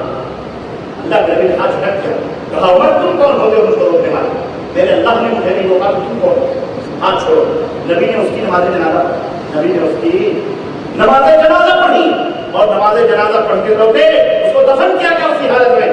اللہ تبارک و تعالیٰ نے آسمان سے آیت نازل فرمائی اور کہا لا تصلی علی احد منهم مات ابدا. اے میرے نبی ایسے لوگوں کی آئندہ کبھی نماز جنازہ کے اوپر کھڑے نہ ہونا، یہ کافر ہے، ہم ان کو معاف کر سکتے ہیں. بولو لا تقم ولا تقم على قبره، ان کی قبروں کے پاس نہ جاؤ. انهم كفروا بالله ورسوله، یہ وہ لوگ تھے جو اللہ اس کے رسول کے ساتھ کفر کر کے مرے ہیں، وہ ماتوا مرے ہیں، وہ فاسقون، اور یہ فاسق و فاجر لوگ ہیں. یہ بھلے نماز پڑھتے تھے تیرے پیچھے، لیکن دل کیا تھا؟ بولو دل کیا تھا؟ بولو ارے تم دل گندا کر کے تم ولی نہیں، تم نبی کے پاس بھی جاؤ گے، تمہاری بخشش ہو سکتی، تمہاری دعائیں قبول ہو سکتی، نبی کی دعا کرے تو قبول ہو سکتی. اور دل صاف ہو، تمہارے اعمال صاف ہوں تو تم دنیا کے کسی بھی خطے میں رہ کر رب سے دعا کرو گے، اللہ تمہارے لیے رحمت کے خریدے ہوں گے. سمجھ آئی کہ نہیں آئی؟ بولو مسلمانوں، تم وسیلوں اور چکروں میں پڑے ہوتے ہو. سنو یہی نہیں، بتاؤ اس کی قبر روشن ہو گئی، ابی بن سلول خبیث کی، نبی نے نماز جنازہ پڑھی، نبی نے اپنا لباس دیا، کوئی فائدہ؟ اللہ جس کی دعا چاہے قبول کرے اور جس کی دعا چاہے قبول. کوئی یہ نہ کہے کہ اللہ کے اوپر بھی کسی کا دھوس چلے گا. ایک ججوں کی مثالیں دینے والوں، ہائی کورٹ کے جج کے پاس تم ہوم منسٹر کو لا کے کھڑا کرتے ہو، جج کانپنے لگتا ہے، ہوم منسٹر صاحب آئے ہیں، اس لیے قلم ناانصافی کا بھی چل جاتا ہے، قتل کیا ہوا بھی خون معاف ہو جاتا ہے. یہ وہ عدالت نہیں ہے، یہ وہ عدالت جہاں کسی کی بھی چل سکتی. بولو ہاں جو قبر چپا ہے اس کے اوپر کسی کا روب چل سکتا, کسی کی سفارش چل سکتی کوئی. سنو سنو, یہی نہیں, ابو طالب چچا زندگی بھر نبی کی خدمت کرنے والا آخری وقت بھی نبی کہہ رہے ہیں کلمہ پڑھ کر چچا بخشوا دوں گا, لیکن کیا ہوا, مر گیا چچا. اللہ سے دعا کرتے ہیں اللہ میرے چچا کو معاف کر دے, اللہ میرے چچا کو معاف کر دے. مانگتے رہے, اللہ تعالیٰ نے قرآن کریم میں آیت نازل فرمائی, سورہ توبہ آیت نمبر 113, کہا ما كان للنبي والذين آمنوا أن يستغفروا للمشركين ولو كانوا أولي قربى من بعد ما تبين لهم أنهم أصحاب الجحيم. کسی نبی کے لیے یا کسی ایمان والے کے لیے یہ حلال نہیں ہے کہ جب یہ بات واضح ہو جائے کہ فلاں آدمی مشرک ہے اور وہ جہنم میں ہے, اس کے بعد اللہ سے وہ مغفرت کی دعا کرے, اس کے لیے حلال نہیں. اے محمد صلی اللہ علیہ وسلم, وہ جہنم میں جا چکا ہے حلال, اور اس کے لیے مغفرت کی دعا کوئی فائدہ پہنچا سکتی نہیں. تستغفر لهم, اگر تم ان کے لیے مغفرت مانگو 100 مرتبہ بھی, 70 مرتبہ 70 مرتبہ 70 مرتبہ بھی مانگو, اللہ انہیں معاف کرنے والا, اللہ انہیں معاف کرنے والا. اللہ میں تمہیں کہاں لے چلوں مسلمان, میں تمہیں کہاں لے چلوں. لوگ آج ہمارے ملکوں میں آمینہ اور عبداللہ نبی کے ماں اور باپ کی کانفرنسیں مناتے ہیں اور کہتے جی وہ مومن ہے, سنا ہے, پڑھا ہے, ان کے لیے روتے ہیں. اللہ تعالیٰ آؤ تمہیں لے کے چلوں. صحیح مسلم کی روایت اس سے وہ رہا, نبی کریم صلی اللہ علیہ وسلم نے اپنی ماں کے قبر کی زیارت کی. روایتوں میں آتا ہے صبر کا واب کا من حول, نبی صلی اللہ علیہ وسلم کی ماں ماں ماں ماں جس نے اپنے بدن سے پیدا کیا, آخر وہ بھی بشر, ہمارے نبی بھی بشر ہے, انسان ہے, انسانی عواطف و جذبات کے مالک ہے. ماں کی قبر دیکھی, آنکھوں سے آنسو بن گئے, آنکھوں سے آنسو بن گئے, ہچکیاں بن گئی, جو آپ کے گرد تھے سارے کے سارے رونے لگے. وہ اب کا ہر منحول, جو گرد سے سب رونے لگے. فقال استاذنت کی, سوچو ذرا, وہ نبی جسے امام الانبیاء کا خطاب ملا, امام الرسول, جو اللہ کے بعد اس سے بڑھ کر کوئی مقام والا پیدا ہوا ہے اور نہ پیدا ہو سکتا ہے. کوئی ہے کائنات میں, امام کائنات حضرت محمد رسول اللہ, اللہ کے بعد جن کا مقام و مرتبہ ہے. اور جو اللہ ذرا بھی اگر کسی نے نازیبہ بات کہی, قرآن میں فوراً اللہ نے اس کی ہلاکت کی, جو ہے آیتیں آئی. ابو لہب نے کہا تیرے ہاتھ ٹوٹے, اللہ نے پوری صورت نازل فرمائی, ابو لہب تیرا, تیرے خاندان, تیری بیوی, سب کے اللہ نے کہا. وہ نبی کہتا کیا ہے معلوم نہیں, نبی کریم فرماتے روتے بھی استاذن کرتے, اپنے طرف سے میں نے اجازت مانگی فی ان استغفر لها, اس بات کی میں اپنی ماں کے لیے دعائیں مانگتا ہوں, میں اپنی بڑی ہوئی ماں کے لیے گناہوں کی معافی مانگنے کے لیے. یوزنی فلم یوزنی, تو اللہ نے اس کی اجازت مجھے دی. سوچو, اللہ نے مجھے اس کی اجازت نہیں عطا فرمائی. واستاذنته فی ان ازور قبرها فاذن لی, اور میں نے یہ اجازت طلب کی کہ میں اپنی ماں کے قبر کی زیارت کروں تو اللہ نے مجھے اس کی اجازت دے دی. لیکن اس کے معافی کی اجازت, اس کے مغفرت کی اجازت اللہ تعالیٰ نے مانگی. آپ سوچو کتنا بڑا کلیجہ تھا ہمارے لیے.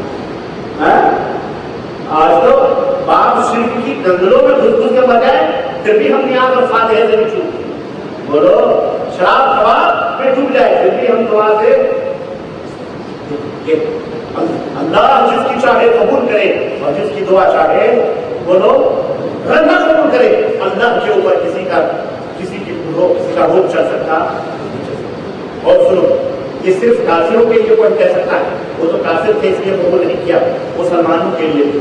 اللہ کے نبی فرماتے ہیں سائل طور کی سلاسل, میں نے اپنے رب سے 3 دعائیں مانگی. سائل تو اللہ یہدی امتی بالغرق, میں نے سوال کیا کہ میں اللہ میرے امت کو سیلاب میں غرق نہ کرنا. فاعطانیہا, تو اللہ نے میری یہ دعا قبول کی. وسائل تو اللہ یہدی امتی بالسنہ فاعطانیہا, میں نے کہا میری امت خشک سالی میں نہ مرے, اللہ نے مجھے یہ عطا فرما دیا کہ میری امت خشک سالیوں سے نہیں ہلاک. وسائل تو اللہ یجعل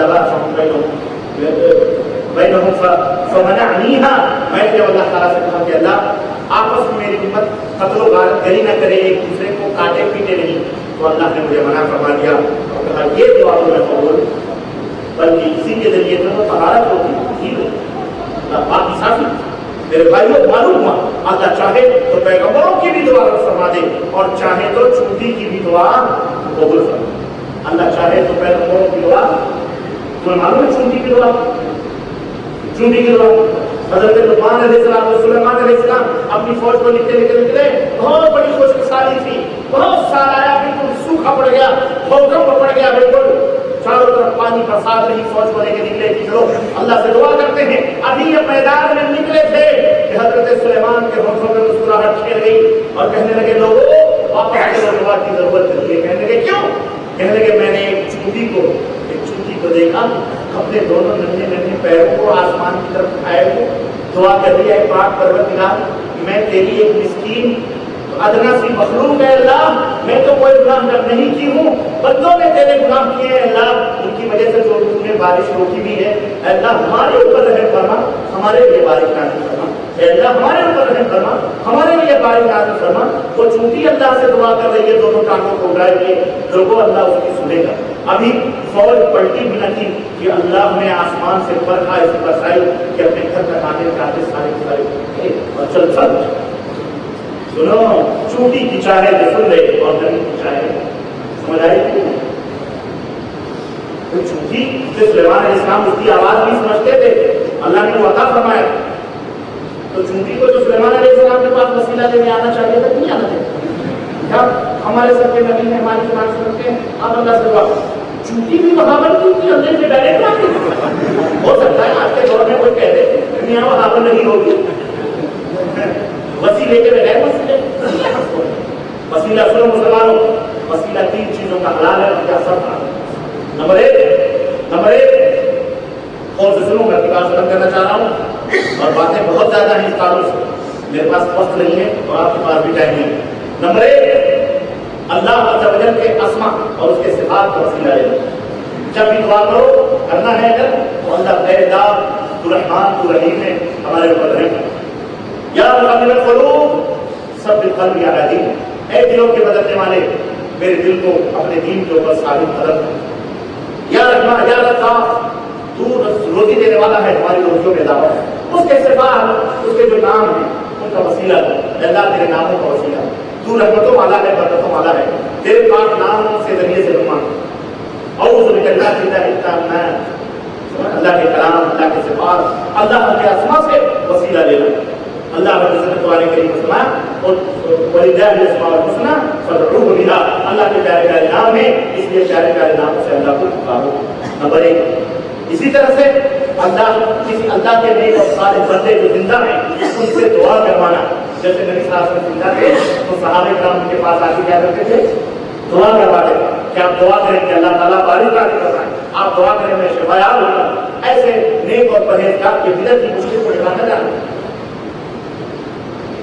دعا کروانے کے لیے. ہاں تعلیم کرنے پر نہیں, دعا کروانا. کیا آپ اللہ سے دعا کریں, نیک آدمی ہیں آپ اللہ سے دعا کریں, یہ جائز ہے جیسا صحابہ کرام. اور نمبر 3 آپ کے جو اعمال صالحہ ہیں, اے اللہ میں تیرے نبی کی اتباع کرتا ہوں, اس اتباع کے وسیلے سے تیرے نبی سے محبت کرتا ہوں, مومنوں سے صالحین سے محبت کرتا ہوں, اس محبت کے وسیلے سے, اس محبت کی اس اتباع کی, نہ کہ محمد کے وسیلے سے, نہ کہ وہ مومن کے وسیلے سے, نہ کہ فلانے کے وسیلے سے, فلانے کے صدقہ اور تسیر میں, یہ تمام سب بدعت اور حرام ہیں. سمجھ آئی نہیں آئی؟ ہاں مومنین سے صالحین سے جو محبت ہے, جو الفت ہے, نبی کی جو اتباع ہے, آپ کی جو نماز ہے, آپ کے جو روزے ہیں, اللہ میں اپنے دربار, اللہ میں اپنے والدین کا فرمانبردار, اپنے والدین کے ساتھ میں نے نیکی کی ہے, فلانے کے ساتھ اللہ وہ مر رہے تھے, میں نے علاج کے لیے تھے پیسے دیے ہیں, اللہ یہ تیری رضا کے لیے دیے تھے, میرے بھی مصیبتوں موجود. یہ کیا ہے, یہ کیا ہے, اتنے وسیلے بولو. اللہ کے اسماء و صفات, نبی کریم صلی اللہ علیہ وسلم جیسے صحابہ نبی سے دعا کرواتے تھے ایسے ہی کسی نیک اور صالح آدمی سے, مومن آدمی سے دعا کروانا. اور نمبر 3 اپنے اعمال صالحہ کو بطور وسیلہ پیش کرنا. بخاری شریف کی وہ روایت بڑی معروف ہے, آپ نے بچپن میں پڑھی ہوگی. وہ 3 نصاب تعلیم میں بھی بچوں کے پڑھائی جاتی ہے. وہ 3 آدمی جو غار میں جا کے پھنس گئے تھے اور انہوں نے اپنے والدین اور چچے کی بیٹی اور ایک مزدور کے تعلق سے دعا مانگی اپنے اعمال, تو اللہ نے ہمیں مشاہدہ عطا فرمائی. وہ یاد یہ 3 طریقے حلال ہیں, جائز. اس کے علاوہ جتنے بھی وسیلے کے طریقے ہیں، یاد رکھو یہ فارمولہ بتا رہا ہوں، اس کے علاوہ جتنے بھی وسیلے کے طریقے ہیں سارے کے سارے ناجائز، حرام، شرک کی طرف جانا ہے۔ سمجھ آئی آپ کو؟ یہ میری پوری وسیلے کی گفتگو کا نچوڑ اور دوسرے بات اور میرے بھائیوں باتیں تقسیم کی، انشاءاللہ پھر کبھی کسی موقع پر کسی موضوع پر میں روشنی ڈالوں گا، لیکن اس وقت اتنی بات کر کے کہ حلال وسیلے یہ ہیں، جائز وسیلے یہ ہیں اور حرام اور ناجائز وسیلے، تو کسی درگاہ، کسی بھی مزار، کسی بھی شدے، کسی بھی عرب، کسی خانقاہ، کسی صدقہ، کسی حسین سب فلاں کہیں نہیں۔ بات کی بات اگر آپ اجازت ہے تو ایک بات بولوں، لوگ کہتے ہیں کہ علی مشکل فلاں مشکل، میں ایک بات آپ کو بتاؤں بڑے مختصر انداز میں، انبیاء علیہ السلام آئے، آپ بتاؤ کہیں کوئی مائی کلام بتا سکتا ہے کسی نبی نے کسی نبی کو بوقت مصیبت کبھی پکارا؟ نوح کے اوپر مصیبت آئی زکریا، حضرت یحییٰ کو چیل دیا کہ کسی نبی کو پکارا؟ چھوڑ دیجیے۔ نبی کریم صلی اللہ علیہ وسلم کے صحابہ بدر میں، احد میں، یمامہ میں اور کہاں کہاں شہید ہو رہے، کسی بھی شہید کو انہوں نے آپس میں ایک دوسرے کو پکارا؟ بولو، کوئی دنیا کا مائی کلام نہیں کرتا، ٹھیک ہے؟ نہ نبی کو پکارا، نہ خود آپس میں شہیدوں کو ایک دوسرے کو پکارا، نہ عمر نے ابو بکر کو مدد کے لیے پکارا، نہ عثمان کے ذبح ہو گئے مسجد نبی میں نبی کو اپنی مدد کے لیے پکارا۔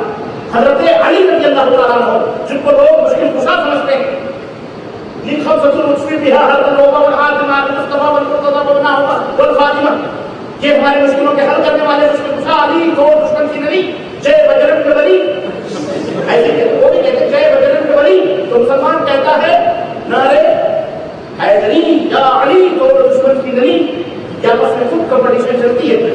میں کہنا یہ کہہ رہا ہوں کہ حضرت علی نے، حضرت علی کو شہید کیا گیا کہ نہیں شہید کیا گیا؟ بولو، حضرت علی نے کسی کو پکارا؟ اچھا ایک بات بتاؤ مسلمان، بیٹا باپ سے زیادہ قریب ہوتا ہے یا برائے برائے باپ سے کسی کے باپ سے زیادہ قریب؟ بولو، بیٹا قریب۔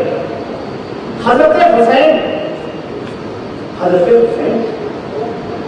میدان کربلا میں نفوس قدسیہ کے ساتھ بڑا رونق ہوتے ہیں، لوگ شہید کیے جا رہے ہیں۔ حضرت حسین نے اپنے باپ کو بولو بلایا کیوں؟ ان کا عقیدہ نہیں تھا کہ علی مشکل کشا ہے؟ بولو بولو مسلمان، حضرت حسین نے میدان کربلا میں اپنے باپ علی کو جو شہید کر دیے گئے کیوں نہیں پکارا؟ اگر حسین نے نہیں پکارا تو بتاؤ ان کے اوپر بھی وہابی کا دبا لگاؤ گے؟